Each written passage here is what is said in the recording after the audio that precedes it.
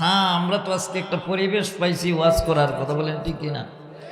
এই শ্রীপুরে আমি আসছিলাম মাহফিল করতে, কিন্তু বয়ান করতে পারি নাই, চলে যেতে হয়েছে প্রশাসনের বাধার সম্মুখীন হইয়া। এরকম হয়েছে কি হয়েছে না? আরো জোরে কম হয়েছে না? এই যে নেতা সাহেবরা বললেন যে ওনারা দুঃখে কথা বলতেছে আপনাদের সামনে, কথা বলেন ঠিক কিনা? এখন তো পোস্টার দেখলেই দেখা যায় খালি বিএনপির সভাপতি, বিএনপির সেক্রেটারি, হ্যাঁ, এরকম বিএনপির বিভিন্ন পদের লোকেরা বিভিন্ন ওয়াজ মাহফিলে তারা এখন যায় বক্তব্য দিচ্ছেন, কথা বলতেছেন, কিন্তু 17টি বছর এই স্বৈরাচার শেখ হাসিনার কারণে তারা এরকম মানুষের সামনে আসতে পারে না। কথা বলেন ঠিক কিনা? খুব জ্বালাইছে, কথা বলেন ঠিক কিনা? মানুষকে এত পরিমাণে জ্বালাইছে, এই জ্বালানোর কারণে আজকে তারা নিজে জ্বলতেছে। কথা বলা, আগে জ্বালাইছে এখন জ্বলতেছে। কথা কম বলেন, আগে জ্বালাইছে এখন জ্বলতেছে। কথা বলেন ঠিক কিনা? জ্বলতেছে কি জ্বলতেছে না? এখন ভারত বৈশা কান্না করলে আর লাভ হবে? আরো জোরে আওয়াজ দিয়ে এখন লাভ হবে? লাভ হবে না।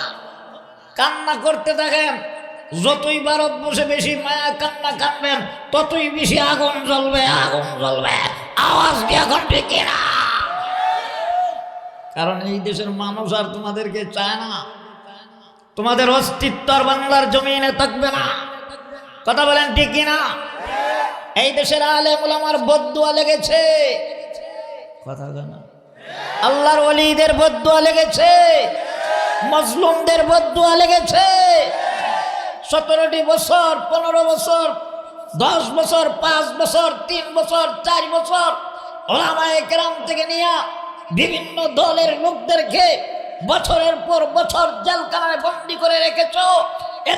এদের বউকে বিধবা বানিয়ে রেখেছ। স্বামী থাকা সত্ত্বেও মানুষের বউ 10 বছর 5 বছর বিধবার মতন চলাফেরা করেছে।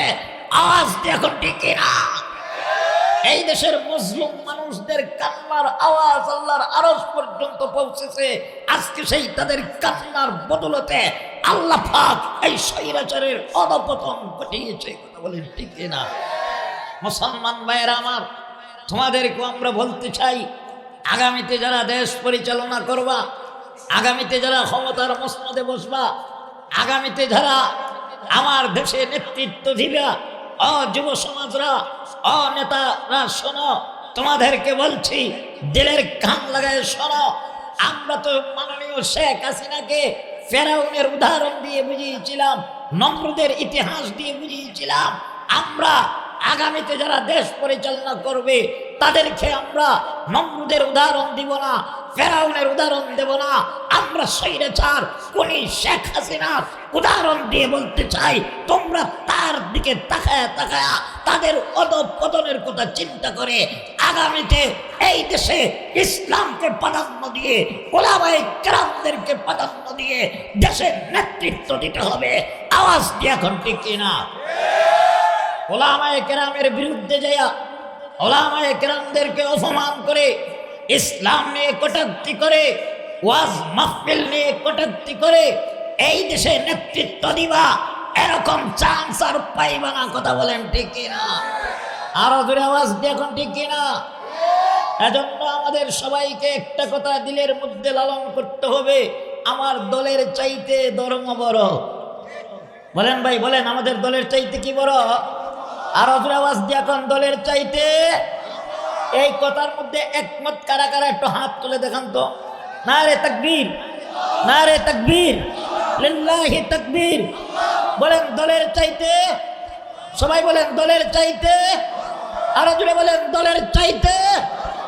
এই কথাটারে আপনি আমার অন্তরের ভিতরে লালন করতে হবে। যখন আপনি দলের চাইতে ধর্মরে মনে করবেন, তখন আপনার দায়িত্ব হবে, যদি আপনার দলের কোনো নেতা ইসলামের বিরুদ্ধে কথা কয়, কোরআনের বিরুদ্ধে কথা কয়, ওলামায়ে কেরামের বিরুদ্ধে কথা কয়, আপনার দায়িত্ব হলো পায়ের জুতা কইলা তারে টাস টাস করে লাগাই দেওয়া। কথা কন ঠিক কিনা?